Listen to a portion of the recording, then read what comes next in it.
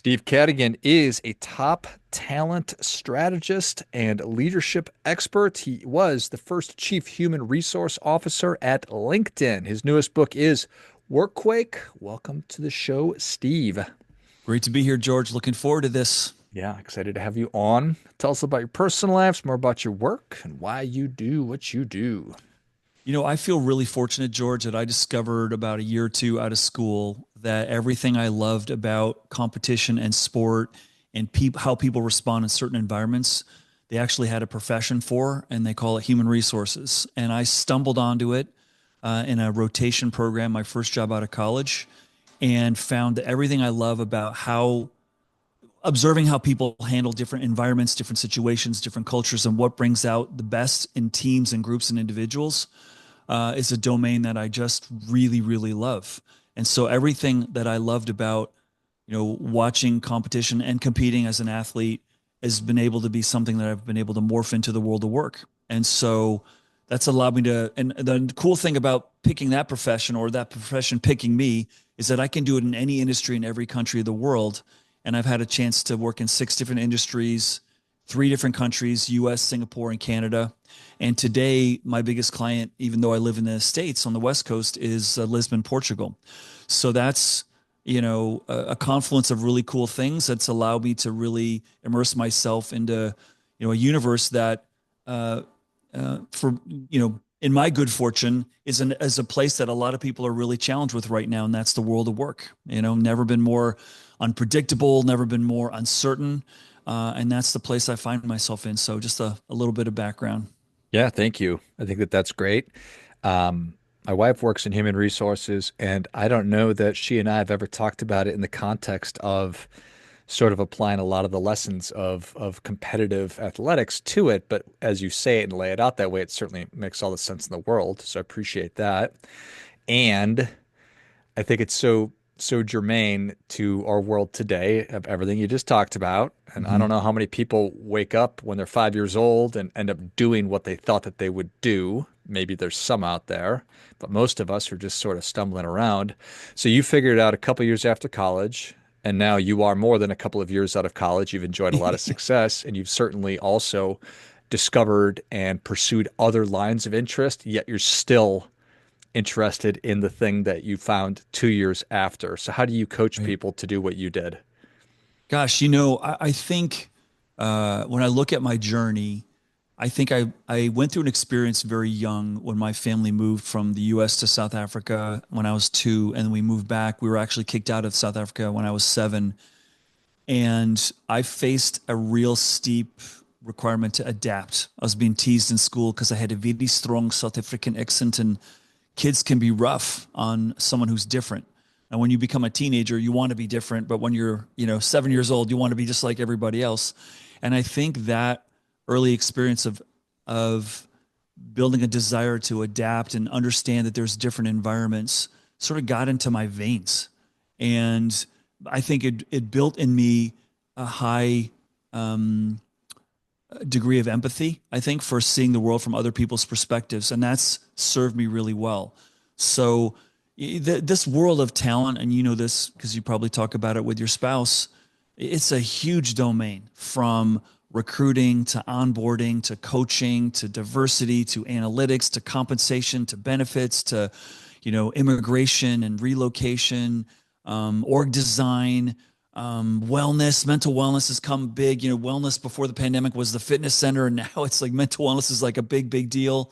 Diversity, there's a whole big dialogue about that in the States right now around where that sits and what's fair and what's not fair. So that's a big playing field, if you will. And so my coaching, I coach some HR executives today on the side, is sort of like find your lane that you really like playing in, and be really master it, and then be really good at a couple other things. But in a field with like 35, 40 disciplines, you're not going to be great at everything. And then find organizations that want and need what you have, right? So I tend to be someone that operates really well in crazy and in environments where there's not a lot of trust, and bringing trust in. That's what I've learned about myself. And so when I'm coaching other people, it's like, becoming self-aware is the most powerful gift that you can have about yourself and your journey. Is like know what you're good at, know what environments really bring out the best in you, and know which environments bring out the worst in you. And I've seen this play out so many times, George, where we've had a superstar, they leave and they fall down. Like it's a belly flop, or someone who was not doing well in another organization comes into ours and finds out, hey, whether it's the culture, the leadership style, whether it's the confluence of how their skills can be applied, they've gone from feeling like they're a failure to being a superstar. And so you're trying to be mindful of that. Not every environment is going to be ideal for you, right? So much good stuff there. It sounds like you need to run for president or governor if you're liking chaos and you want to bring trust Right. back. I feel like Yeah. those are the things that we need. Yeah, no doubt, right? No doubt. I mean, think about it. I talk to executives all day right now these days, George, and the first question I ask is like, so what's top of mind for you? What's going on? They're like, well, I'm worried about turnover. I'm worried about people leaving my company. I'm worried about the need for new skills has been faster and I need newer skills sooner than ever before. I'm worried about the pajama revolution of all these people that learned that they can, operate just as well from home as they can in the office. And I've got all this land that I've purchased in these office buildings that I need to have filled. I'm worried about, the proliferation of new career paths and career choices for people. We've got more new industries being born today than any time in history. And with a new industry, whether it's cryptocurrency, whether it's driverless cars, comes new career choices. And so being a leader is really hard. Yeah. So I think your point's well taken, tolerance of ambiguity, tolerance of, okay, I'm not going to be able to control the variables as much as I maybe did or wanted to in the past it's a big challenge for lots of us today, for sure. Yeah, it'd be weird if it wasn't. That conversation that you had, I don't know if it was an amalgamation of many or one, but those are big questions to answer for any one person. And if you're the leader, you're the person in charge. You need to be able to answer those. And so that's true if you're the CHRO or the CEO of a big company, but that's also the role that we're playing for ourselves. If I'm Correct.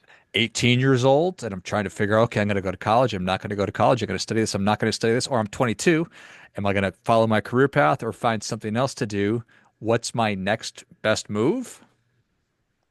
Right. Well, I'll tell you There's what. there's a question in there somewhere.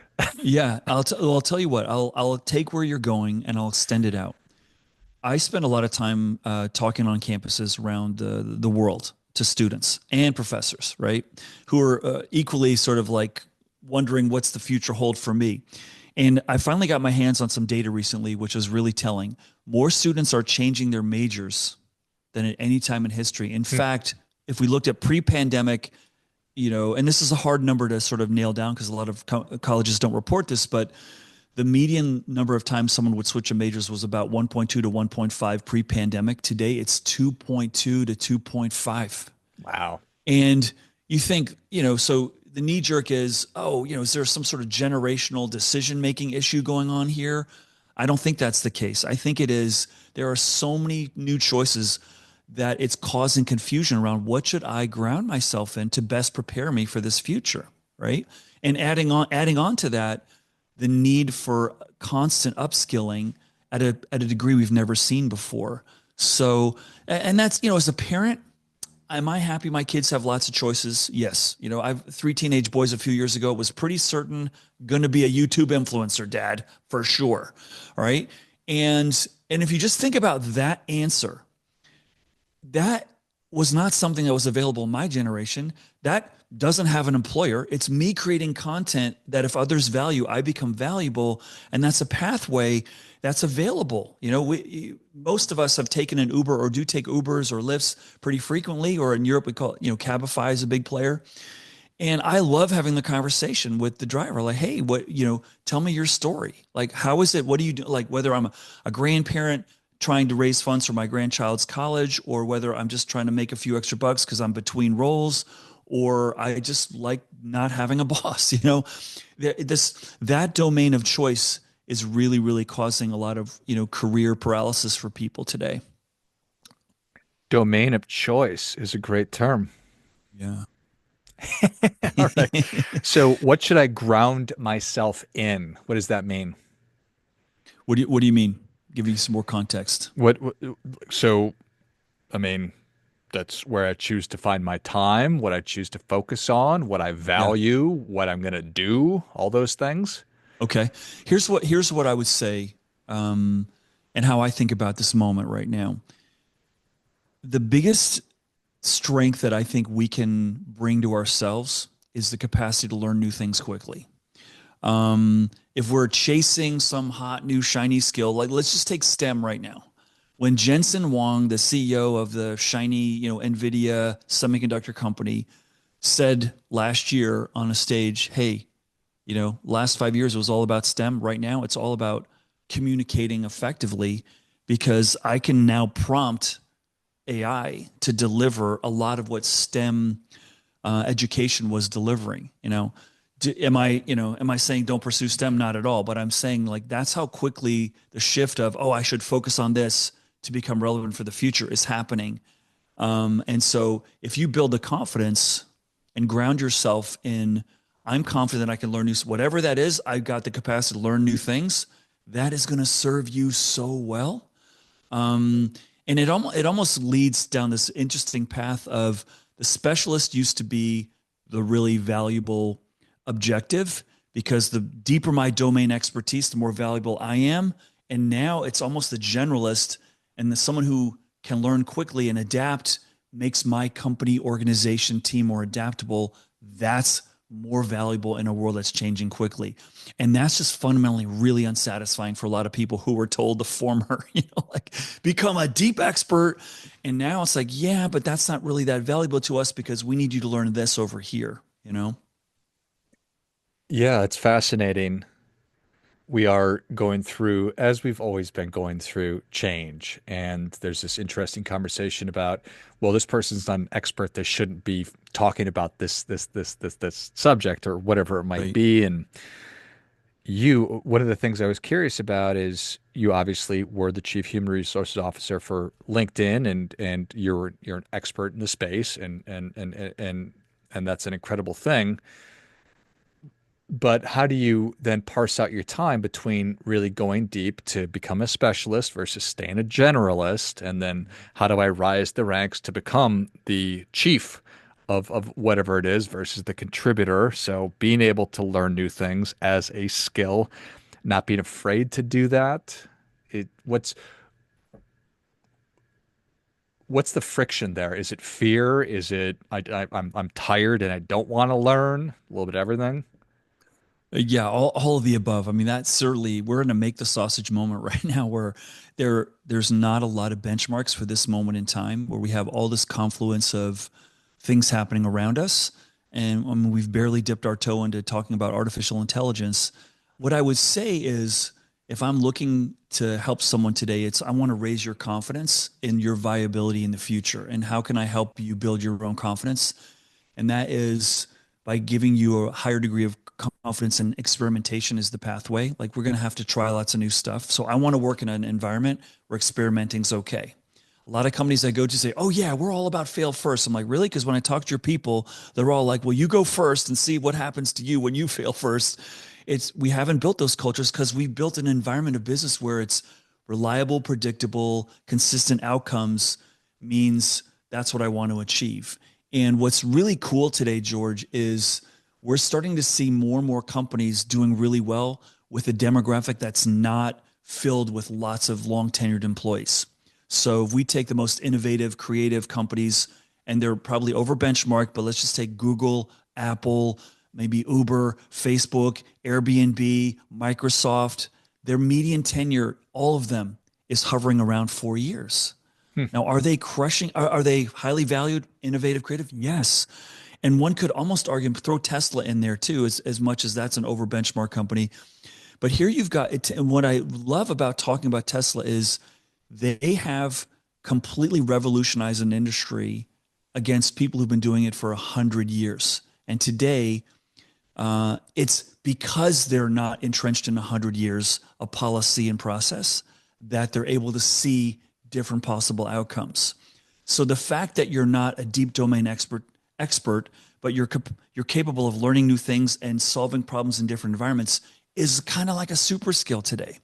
And you could argue the reason why all those companies that I listed did so well during the pandemic was because they were built for crazy. They're built for, we're going to adapt, we're going to move quickly, we're not going to try to make the world bend to our will, and that's not a ding at all these legacy companies. It's just they were built for a different solve. And in a world where things are changing quicker, it turns out new people with new ideas and new ways of solving problems is an asset. And people have been doing the same thing for a long time that you built to achieve is actually a liability.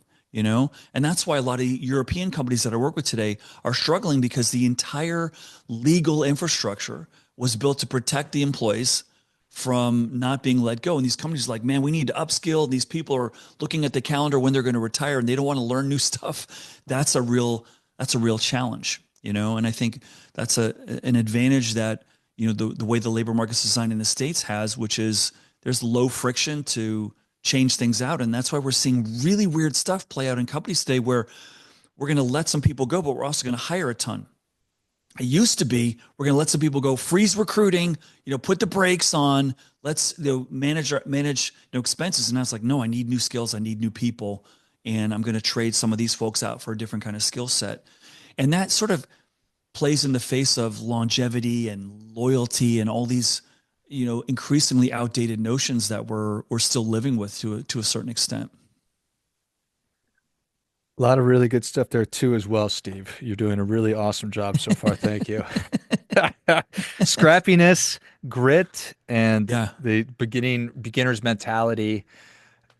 Those are career traits. Those are skills that we must have, or at least it benefits us to foster those moving forward, which I think is probably pretty obvious that I just said Yeah. that. But and then I wrote down rent control, but for employees, that's what European companies are kind of struggling with. You can't get rid of people, and so therefore,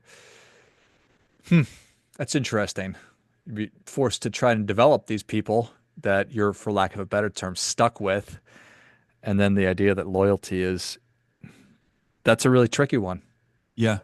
And, when I present a lot of the stats to executives today, George, it's a fun conversation. I'll say, what's your biggest challenge? I say, well, people, Steve, they're just not staying, as long as they used to. And I said, and I hear you. And I said, not only are people leaving, but people are changing careers faster than any time in history.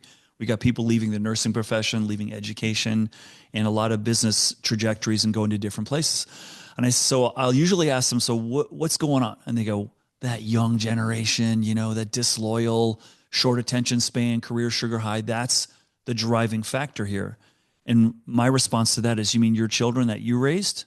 Like, it's so easy to target the young generation. By the way, have we ever had a generation where we said, God, they work so much harder than we did? What's going on? They're way better than we are. Exactly. So I said, no, hang on a second. That young generation that's increasingly infecting the entire workforce sees more opportunity than any time in history, thanks to the transparency the internet has provided. I started my career looking at a newspaper. I'm sure you did too. Like, what's in the classified ads? And it was localized to my town. Okay. I didn't know what was going on, several zip codes away because it just wasn't appearing in my newspaper. And now I can see opportunities everywhere of how I can apply my skills, education, experience in ways I couldn't before. And that's fundamentally causing people to, like, imagine eating pizza your whole life in your grandma's basement, and now you go to Vegas and you go, whoa, I can eat this whole buffet table, I can taste all this new stuff. And we've got a generation and increasingly an entire workforce like, hey, I want to try something new. Like, I want to know what that's like. And so I don't think we can begrudge anyone. And if I ask any executive, do you think in the future people are going to stay longer? Do you think we're just going through a dip, a moment in time? They go, no, I don't think they will. I said, okay, so have you changed your talent strategy to expect people are only going to stay? The median right now in the States is 4 years, but for people around the age of 25, it's 2. You know, are you planning that your staff won't stay as long? And they're like, no, I'm still in organ rejection, denial, because my whole architecture of work was built to reward longevity, more vacation, more 401k match, more promotional opportunities.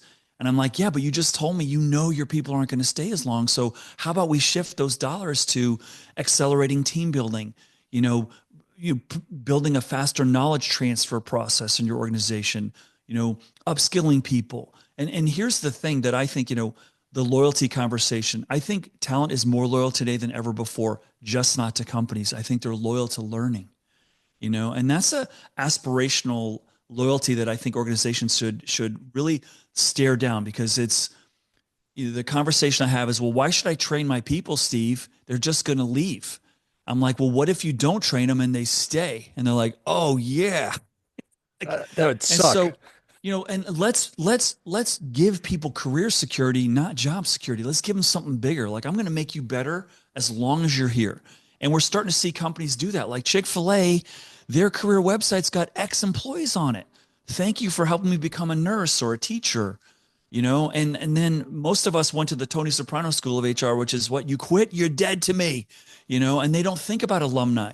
Well, it turns out in the future, I think we're going to measure a company's vitality not by how few people left, but how many people came back.